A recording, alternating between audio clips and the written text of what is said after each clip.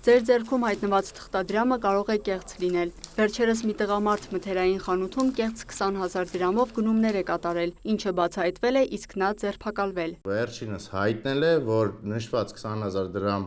կեղծ թղթադրամը ձեռք է բերել օնլայն հարթակներից։ Ըստ օպերատիվ ամփոփագրերի, մարտի 9-ի դրությամբ այս տարի կեղծ թղթադրամներով, նաև հուշանվեր թղթադրամներով գնումներ կատարելու 11 դեպք է արձանագրվել, 9 բացահայտվել է։ Իսկ 2025 թվականին նույն կեղծ թղթադրամներով գնումներ կատարելու կամ մատուցված ծառայությունների դիմաց վճարումներ կատարելու արձանագրվել է 148 դեպք, որից բացահայտվել է 99։ Սովորաբար օրվա ավարտին գումարը հաշվելիս են վաճառողները նկատում, որ որևէ թղթադրամ մյուսներից տարբերվում է։ Հիմնականում կեղծ եւ հուշանվերային թղթադրամներ, հուշանվեր թղթադրամներ, այսպես ասած սուվենիր թղթադրամներ ձեռք են բերում օնլայն հարթակներից,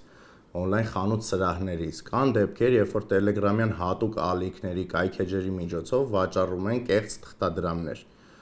Սուվենիր թղթադրամներ, հուշանվեր թղթադրամներ ազատ վաճառքում կան նաև սուվենիրների համար նախատեսված խանութ սրահներում։ Հիմնականում աղբյուրները ձեռքբերման սրանք են։ Ոստիկանությունից տեղեկացնում են հուշանվեր թղթադրամի վրա նշված է լինում, որ այն հուշանվեր է։ Բացի այդ, սերիական համարը հայերեն տառերով չի լինում, թղթի որակն էլ տարբերվում է, իսկ լավ պատրաստված կեղծ թղթադրամը դժվար է լինում իրականից տարբերել։ Կեղծ թղթադրամ պատրաստելը, պահելը, տեղափոխելը, առաքելը, ձեռք բերելը կամ դրանք իրացնելը, ինչպես նաև հուշանվեր թղթադրամները խարդախությամբ իրացնելը ենթադրում է պատիժ, տուգանքից մինչև ազատազրկում։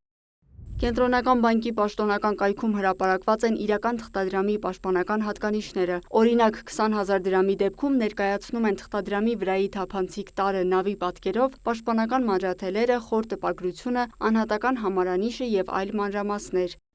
Լիանա Խաչատուրյան, Հովհաննես Քյոսեյան, լուրեր։